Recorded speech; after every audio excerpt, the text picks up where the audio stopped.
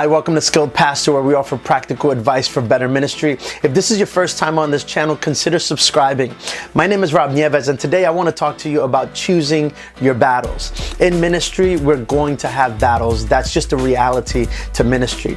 There's a parable that Jesus shares about the weed and the wheat, where the servants, they find weed among the wheat, and they ask the farmer, they say, hey, should we pull out this weed? The farmer says, no, don't pull out the weed, because sometimes in trying to pull out the weed, you might also uproot the wheat. And sometimes it's better to just let it grow together.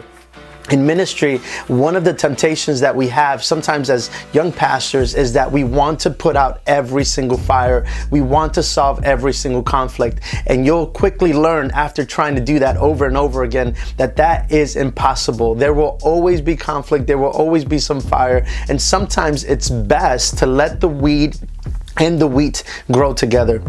Now, I'm not advocating that you allow unhealth in your church, but I am advocating that sometimes it's not about removing conflict, but it's more about managing conflict. So I'm going to talk to you about the filters that I use, right, for how to deal with conflict and how to engage. When do I fight? When do I not fight?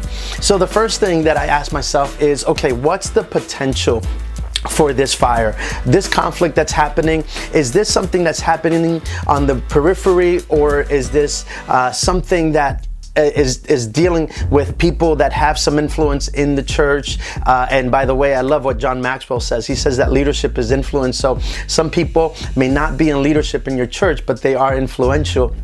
So I asked myself, okay, where's this coming from and what's the potential here? If it's something that just 2 or 3 people are talking out in the outskirts and these people don't have much influence in our church, I might just leave it alone. I might just let it go. I'll pray for them and I'll say, Lord, you handle that situation. But you have to be thinking, okay, number one, is it really worth my time to be fighting this particular battle?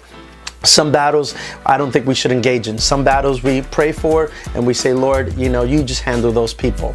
The second filter that I use is I ask myself, is this about me or is this about the ministry? So if it's an attack on me, well, I'll let God fight that. But if this is an attack on the ministry, then maybe I should engage. Maybe this is what I have to do. And the reason I say that is because, after all, we're the pastors, we're the shepherds in our congregation. So yes, if there's a wolf that is trying to come and do damage to the sheep and trying to harm the unity of the church, and they have some influence, then maybe that's the time when we need to engage. So I ask myself, is this about me?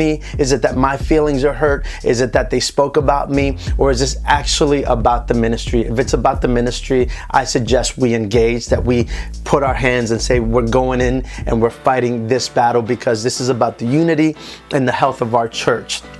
The third thing that I ask myself is okay, who are my allies? Before I go to battle, who will align with me?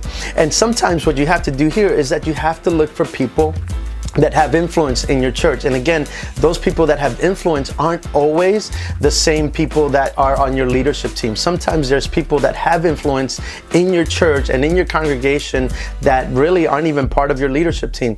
And sometimes before you fight any battles, one of the things that you should do is go talk to some of those people that have some influence.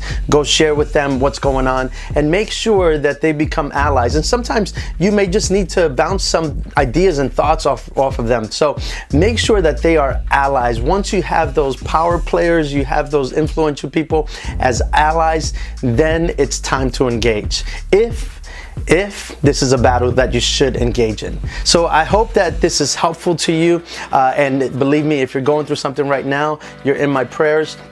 There's so many times that pastors are going through so many different issues. So if you're going through an issue right now, just know that that someone is praying for you, that you are in our prayers. So continue the good work that you're doing, the good work that God has called you to.